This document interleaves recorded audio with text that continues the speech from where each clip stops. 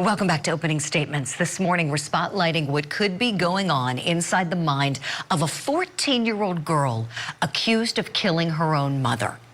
So a blogger took this photo of Carly Gregg sitting in the courtroom amongst the other prisoners, and even the other inmates look shocked to see this innocent-looking little girl. Gregg, though, is being charged as an adult for the murder of her mother and the attempted murder of her stepfather. Now, police say Gregg asked her friend to come over after allegedly shooting and killing her mother, and listen to what she told the friend. She essentially stated that she was invited over to the residence by Carly, was unsure what for. That she had walked in. Carly asked her if she had ever seen a dead body before. She said no. Proceeded to show her deceased mother that was in the bedroom. Showed the gun that she used to shoot her mom. Told Brooke that she had 3 shots for her mom, and then she got 3 more for her stepdad, 2 to the head, 1 to the chest. My goodness. Now, Carly Gregg is being held on $1 million bond, and the court has ordered her to undergo a mental health evaluation. And we also know that the investigator testified that Gregg was being treated for depression and for anxiety, and that her medication had changed to Lexapro shortly before the shootings. We have a very special guest we want to bring in now to talk more about this case. He is a double board certified psychiatrist, Dr. Dom Sportelli. Good morning, Dr. Dom. Nice to see you. What a dreadful case to have you on talking about, but we really want to tap into your expertise with children. And let's start, if we can, please, with your initial thoughts when you hear the facts as we know them. Oh, Julie, well, thank you for having me on. And I have to say, horrific, tragic, shocking. As a psychiatrist and a behavioral health expert, and as a parent, when you hear these stories, it's just absolutely shocking. Now, I want to talk to you a little bit about the statistics of this. Now, the name of this is called parricide. Parricide means homicide towards a parent. It's actually pretty rare, Julie. It's about 1% of all homicides. Now, interestingly, out of that 1%, it's mostly adults that commit homicide towards their parents. These are individuals over 18. Now, when you take people under 17, now juveniles, you're talking of only 16% of that 1%. So it makes it even more rare. So this is a very rare phenomenon. Dr. 82%. Yeah. Sure. Oh, no, please. No, go ahead. I want you to finish. And then yeah, to pick your brain about something you said. Of course. And just for more statistics, just to really understand this and to put it into perspective, 82% of them actually act alone. It's usually a very independent crime. Now, we do have some thoughts, and there's been a lot of research as to why children might be motivated to do this, and we'll certainly get into that. Right, and that's, I think, one of the most stunning things, the motive, what could have been going on, and were her thoughts being altered? The change in medication is something we are very curious about, and we don't know what she was prescribed initially. We just know that the change was about 1 week prior to the shooting, and the change was to Lexapro. And we know that she was singing to her dogs after the shooting, Dr. Dom, and she said that she heard voices after she was arrested. What, if anything, is coming to mind when you hear some of these facts? Oh, there's so much going on here that I think we really have to look at big picture first. And most psychologists and psychiatrists and forensic psychiatrists completely understand that, as rare as this is, there are 3 basic categories that we can put this into. We tend to see that there are 3 motivating factors, and of course there are outliers. But Julie, what we see the most is this. Number 1, we see severely abused children that engage in these acts. Now, these are kids, it makes sense. They're trying to end the abuse. They've tried to run away. They've even tried to commit suicide. They're trying to protect themselves. They're trying to protect their siblings, perhaps, and they engage in this homicidal behavior toward their parents. That's number 1.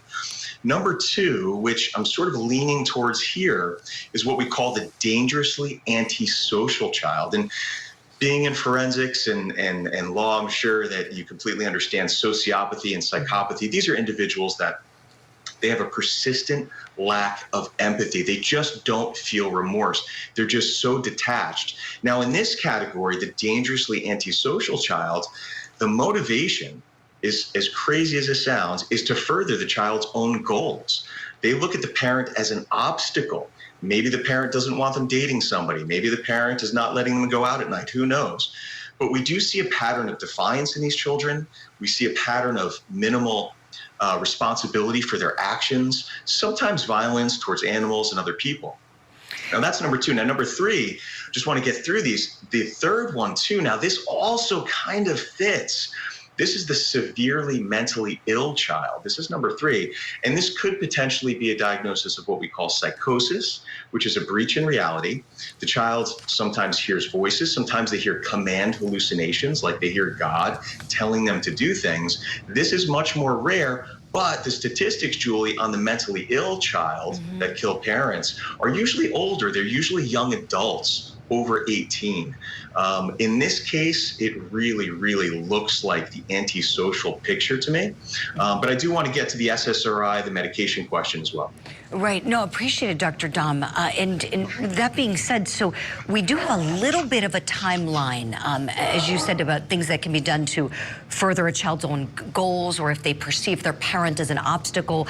Police have said that Carly Gregg shot her mother after her mother took some items from her bedroom. And then that her father came in after, hearing the shots going off, and that he was then ambushed by her, and that he told investigators that her eyes were very big and that it was looking to him like she had seen a demon.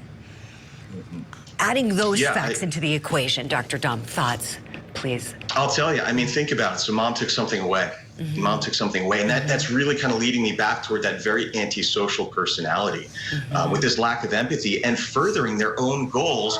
Now think about it. They're going to further their own goals without any regard for other human life and the sanctity of life. It's absolutely shocking. Right. Now, it's very, very hard to predict this, but I do want to get to the medication piece as well. Please. Now, let's talk about it. Sure. So what we do know is that she was treated on, you mentioned Lexapro. Now, Lexapro is what we call an SSRI. You've probably heard that term all over the place. SSRI is selective serotonin reuptake inhibitor. That's the fancy term for it. And it's usually used to treat depression, anxiety, mood disorders. Now, we've heard a lot in the media and even in research as to whether or not a medication like an SSRI could potentially increase homicidal or violent crime. And I did a little research last night, and there was a study done that followed many children, thousands of children from 2006 to 2013. And there actually is a correlation. There's a correlation of a very low percentage that when kids are on SSRIs, there may be a risk of violent crime during that SSRI treatment. We don't really know why. We think it might activate the child a little bit. But I do want to say something very, very important to the audience, too, is that the absolute majority of individuals that are treated for depression or anxiety do not commit violent crime. And it's like 97 or 98% do not engage in any violent crime. But here are a couple very important points with the SSRI medication study. Sure. Is that individuals that went on to commit homicide that were taking, or violent crime that were taking an antidepressant like an SSRI, usually did have a history of violence prior to even starting the SSRI. And usually, unlike this case, it was mostly males. However, I do want to say this too, as a researcher myself, when you look at research like this, you have to acknowledge that there are so many confounders, and it's so hard. And the reason for that, Julie, is guess what? A mood disorder in and of itself might raise the risk of propensity for crime or violent acts. So do we say to ourselves, is this a correlation or is it a causation? Is it correlated with the fact that they're just on medication because they've already been treated for a mental health issue, or is it the medication itself? And that's very, very hard to hash out. Excellent information from you, as always, Dr. Dom. We appreciate you taking us to school on this case, and we would love to have you back as we get more information, as we know this case is early in the system, and perhaps we'll get more info after the results of her mental health evaluation have been released to the court. Dr. Dom Sportelli, thank you so much for everything. We'll see you soon. Thanks, Julie.